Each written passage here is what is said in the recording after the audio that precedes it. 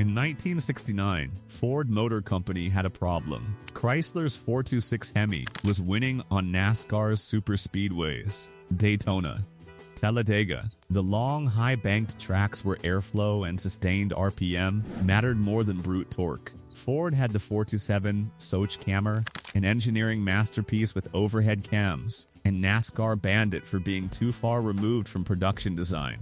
Ford needed a new engine, quickly.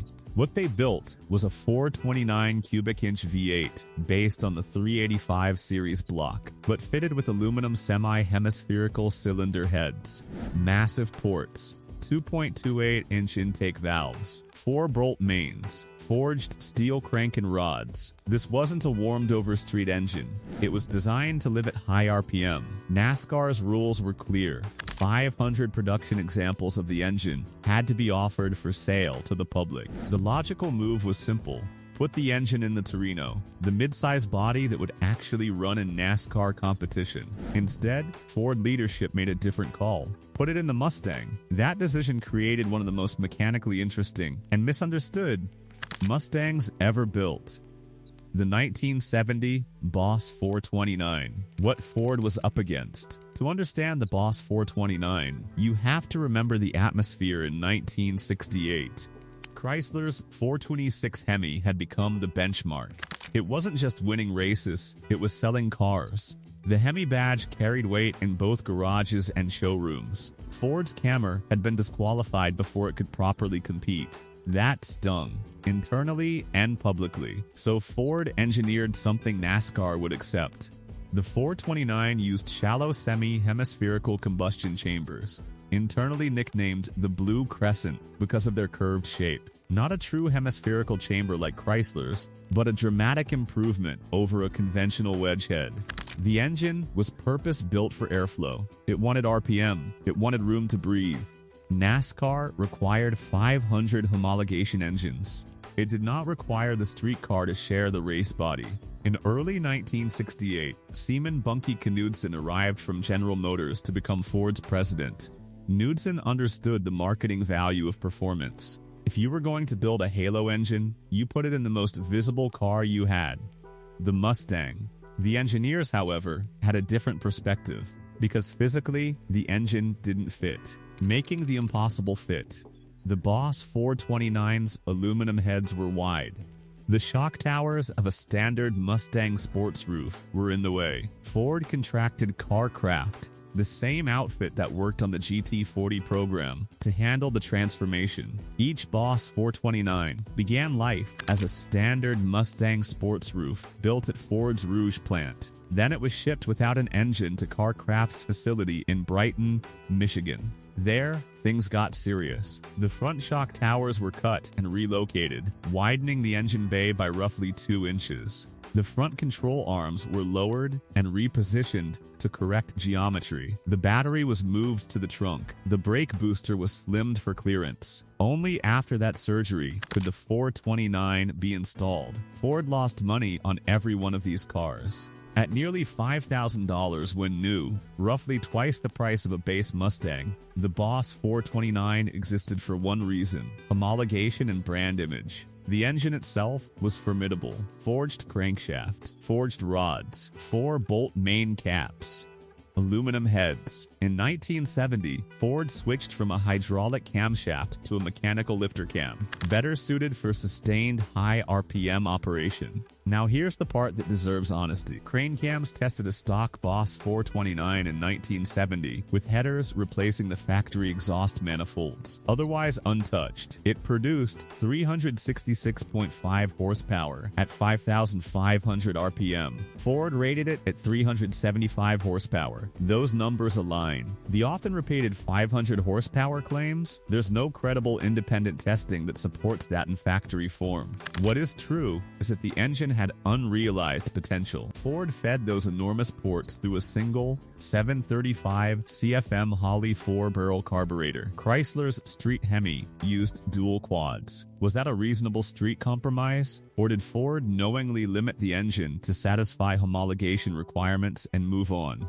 That's a debate worth having. Suspension and chassis, more than an engine swap. The Boss 429 wasn't just about the engine. Kar Kraft revised front suspension geometry to improve camber gain. Heavy-duty anti-roll bars were fitted front and rear. Gabriel shocks were installed. Front disc brakes used 11.3-inch rotors. Steering ratio was quicker than a standard Mustang. On paper, it was a serious package. Where it gave some of that back was in the tires.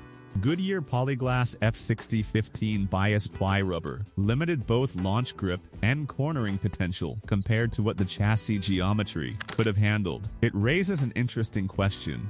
If Ford had paired this suspension with modern radial performance tires, would the Boss 429's handling reputation look very different today? Real-world street performance. Car Life tested a 1969 Boss 429 equipped with a 3.91 rear axle and a 4-speed top loader. ZO 60 MF came in 7.1 seconds, quarter mile, 14.09 seconds at 102.85 mph. Respectable, but not dominant. Here's the uncomfortable truth. A 428 Cobra Jet Mustang, cheaper and more street-tuned, could match or beat those numbers in many period tests. The 428 CJ was optimized for torque and immediate street performance. The Boss 429 was optimized for sustained high RPM durability. Different missions. Modified Boss 429s told a different story. With headers, better carburation, and camshaft changes, they ran solid low 12s. The airflow capacity was there, but Ford didn't sell it that way. Driving a stock Boss 429 in traffic required patience. The engine preferred RPM. Stop-and-go driving wasn't its strong suit. It idled with a hint of attitude, but it wasn't the street terror some expected. Unless you ordered the 431 drag pack rear axle. That changed the equation and made highway cruising a louder experience. So here's a fair question for those who were there. If you walked into a Ford dealership in 1970 with your own money, would you have bought the Boss 429 or saved thousands and taken home a 428 Cobra Jet? Why it ended. The Boss 429 lasted 2 model years, 1969 and 1970. 3 events sealed its fate. First, Bunky Knudsen was fired in September 1969. Lee Iacocca took over. Iacocca's priorities were sales volume and fuel economy. The Boss 429 lost its executive advocate. Second, Ford's enthusiasm for factory NASCAR racing began cooling. The program was expensive. The competitive landscape was shifting again. Third, NASCAR changed the rules after the 1970 season, banning so-called exotic engines created primarily for homologation. Both the 426 Hemi and Boss 429 were effectively legislated out. With no racing justification, the business case disappeared. Sales had already slowed, 859 units in 1969, 499 in 1970. Total production, 1,358 cars. The Kar Kraft conversion was costly. There was no third year, but the engine didn't vanish. In NRA Pro Stock competition throughout the 1970s and 1980s, the Boss 419 architecture remained formidable. Bob Glidden's championship-winning Thunderbird ran a Boss 419-based engine. That racing legacy often gets disconnected from the Mustang it began in. Collector reality.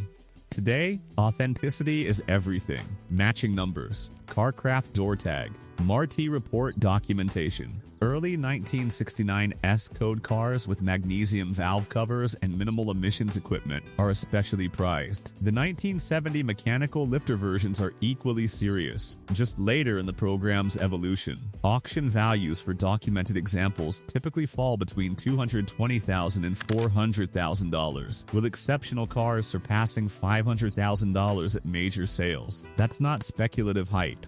It reflects rarity and recognition of what the car represents. The Boss 429 Mustang never raced in NASCAR. The Mustang body wasn't eligible. The engine raced in Torinos and Cyclones. But culturally, the Mustang is what people remember. Why? Because it represented something audacious. A corporation cutting up brand new cars to fit a race engine that didn't belong there. That kind of ambition leaves a mark. What the Boss 429 really was. The Boss 429 wasn't the fastest Mustang Ford ever built. It wasn't the most practical. And it wasn't the best quarter-mile value of its time. What it was is something rarer. It was the intersection of racing bureaucracy, engineering ambition, and corporate compromise. It was a car that existed because someone in power said yes, and a team of engineers figured out how to make it possible. It required cutting steel, reworking geometry, losing money, and doing it anyway. That's why it still commands respect, not because of a stopwatch alone, but because of what it took to build it. Here's the question I'll leave you with. Was the Boss 429 misunderstood in its own time, or was it exactly what it needed to be for the moment it was built? Next time, we're looking at a machine from the other side of the muscle car equation, a car that didn't shout about racing pedigree, but quietly rewrote the street performance rulebook, and, in its own way, shocked Detroit just as much.